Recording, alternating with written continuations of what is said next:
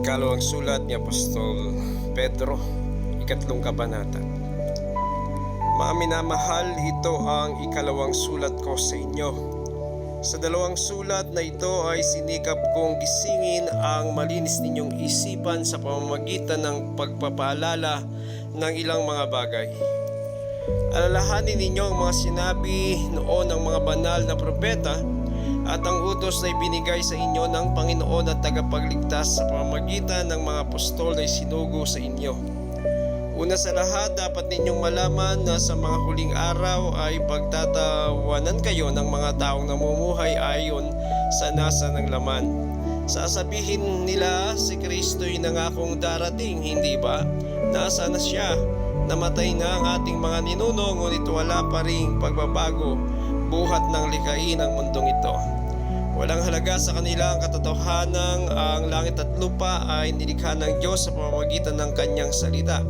Nilikha ang lupa buhat sa tubig at sa pamamagitan ng tubig.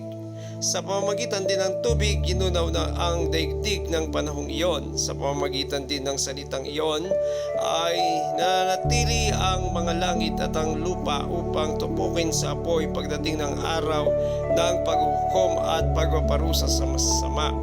Mga minamahal, huwag ninyong kalilimutan na sa Panginoon ang isang araw ay tulad ng 1,000 taon at ang 1,000 taon ay tulad ng isang araw lamang.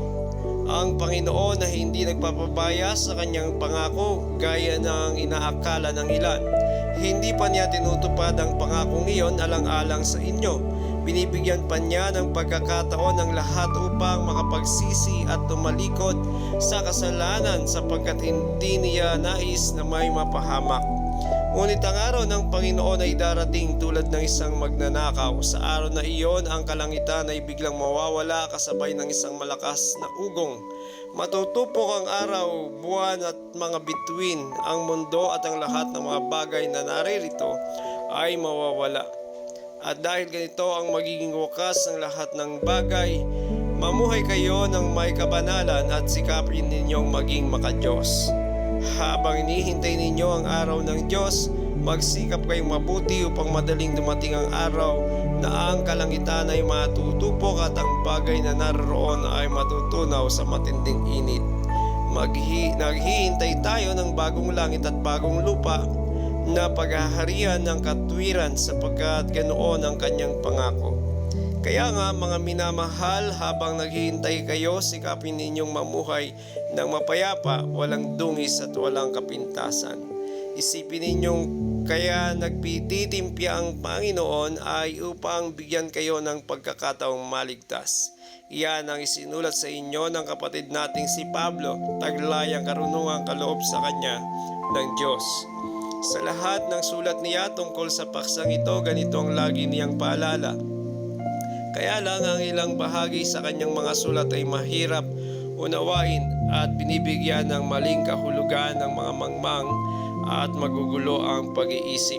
Ganyan din ang kanilang ginagawa sa ibang mga kasulatan, kaya nga't ipinapahamak nila ang kanilang sarili. Ngayong ito'y alam na ninyo mga kapatid, dapat kayong mag-ingat upang huwag kayong mailigaw ng mga taong walang sinusunod na batas. Sa gayon, hindi kayo matitinag sa inyong mabuting kalagayan. Magpatuloy kayong lumago sa kagandahang loob at sa pagkakilala sa ating Panginoon at tagapagligtas na si Jesucristo. Sa Kanya ang kaluwalhatian ngayon at magpakailanman. Amen.